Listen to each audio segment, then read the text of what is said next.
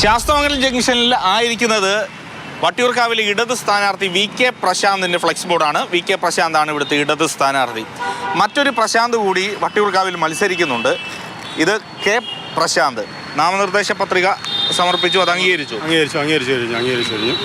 മത്സരിക്കാനായിട്ട് എന്തുകൊണ്ടാണ് മത്സരരംഗത്തേക്ക് വന്നത്? മത്സരരംഗത്ത് ശക്തമായി നിൽക്കുവാൻ തന്നെയാണ് തീരുമാനം. കാരണം 22 വർഷക്കാലമായി ഞാൻ പൊതുപ്രവർത്തനമാണ്, സോഷ്യൽ വർക്കറാണ്. ഏത് പാർട്ടിയിലാണ്? കോൺഗ്രസിലാണോ പ്രവർത്തിക്കുന്നത്? അങ്ങനെ പ്രത്യേകിച്ച് ഒരു രാഷ്ട്രീയ പ്രസ്ഥാനത്തിലല്ല, പൊതുപ്രവർത്തനമാണ് എൻ്റെ മെയിനായിട്ടുള്ളത്. പ്രത്യേകിച്ച് മത്സരിക്കാൻ ഇറങ്ങിയതിൻ്റെ ഒരു കാരണം തന്നെ ഇപ്പോഴത്തെ നിലവിൽ ഭരിച്ചുകൊണ്ടിരിക്കുന്ന സർക്കാരിനെതിരെയുള്ള ഒരു പോരാട്ടമാണ്. പേരിനൊരു സാമ്യമുണ്ട്, VK പ്രശാന്തും K പ്രശാന്തും. അപ്പോൾ സ്വാഭാവികമായിട്ടും ഒരു അവരൻ എന്ന രീതിയിലുള്ളൊരു പ്രചാരണം വരും.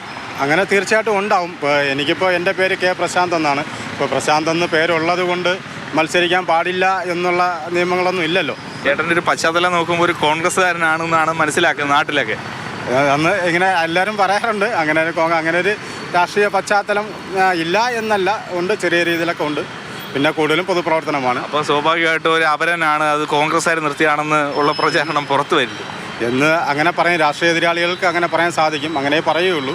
ആരുടെ നിർദ്ദേശപ്രകാരം ഒന്നുമല്ല, സ്വന്തം ഇഷ്ട തീരുമാന പ്രകാരമാണ്. 46 വയസ്സായി, സ്വന്തമായിട്ട് തീരുമാനിക്കാനുള്ള സ്വാതന്ത്ര്യവും അധികാരമൊക്കെ എനിക്കുണ്ട്. VK പ്രശാന്തിന് അപരനായിട്ടല്ല, സ്വന്തം ഇഷ്ടപ്രകാരം മത്സരരംഗത്തേക്ക് വന്നതാണ് എന്നുള്ളതാണ് വട്ടിയൂർക്കാവിലെ സ്വതന്ത്ര സ്ഥാനാർത്ഥി K പ്രശാന്ത് വ്യക്തമാക്കുന്നത്. MR അനൂപിനൊപ്പം AK Stephin, Mathrubhumi news, Thiruvananthapuram.